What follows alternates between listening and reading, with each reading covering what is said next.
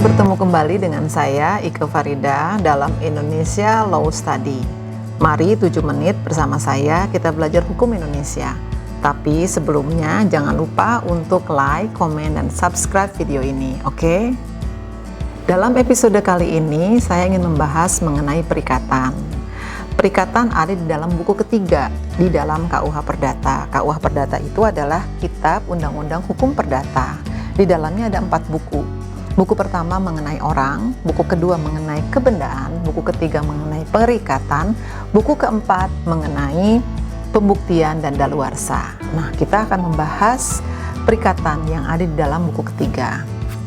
Di dalam KUH Perdata itu sendiri dibagi menjadi ada perikatan umum, ada yang perikatan yang lahir karena kontrak, ada yang perikatan lahir karena adanya perjanjian. Nah, kontrak itu atau perjanjian atau perikatan itu ada di hampir semua aktivitas kita. Pembuatan surat kuasa itu ada di dalam buku ketiga juga. Kemudian hibah ada di buku ketiga, jual beli juga ada di sana. Termasuk juga tentang perjanjian kerja juga ada di situ asal muasalnya. Di dalam bekerja, di dalam berorganisasi, di dalam berbisnis, kita semua akan berkaitan dan berhubungan dengan apa yang disebut dengan perikatan atau perjanjian atau kontrak, ya. Dalam bekerja kita harus punya perjanjian kerja. Kemudian dalam bisnis usaha kita harus membuat apa yang disebut dengan anggaran dasar. Anggaran dasar isinya ada juga perjanjian-perjanjian antara para pemegang saham. Kemudian di dalam misalnya kita ingin membeli secara online, membeli secara offline. Ketika kita pergi ke supermarket, kita mendapatkan bil, itu juga sebetulnya perjanjian, ada perjanjiannya. Seperti itu. Nah, hal lain adalah misalnya dengan termasuk diantaranya ya, ketika kita membuka rekening di bank. Itu ada perjanjiannya, ada klausul-klausul yang akan diatur oleh setiap bank. Kita pinjam uang ke bank, gitu, itu juga sama. Semua di situ ada perikatan. Ada hal-hal yang harus kita ketahui tentang perikatan.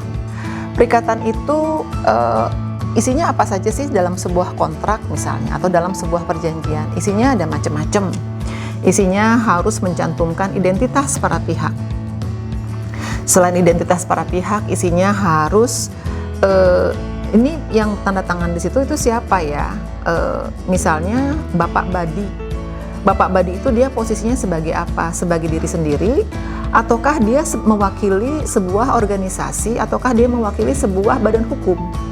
Ketika dia mewakili badan hukum, dia harus menuliskan di dalam perjanjian tersebut bahwa Bapak Badi dalam posisinya atau dalam kapasitasnya sebagai apa, presiden direktur dari badan hukum apa, seperti itu. Identitas juga berarti dia harus mencantumkan alamat domisili, terkadang juga harus mencantumkan usia, jenis kelamin, gitu ya, tergantung dari apa isi yang diperjanjikan.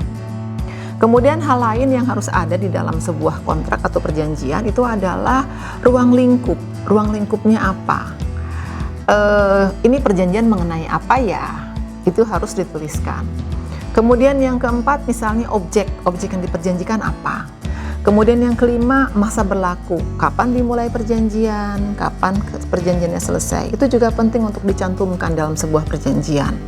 Tentu saja tergantung dari jenis perjanjian dan besar kecilnya resiko dari perjanjian itu sendiri. Kalau itu melibatkan nilai ekonomi yang sangat besar, maka perjanjian harus lebih lengkap.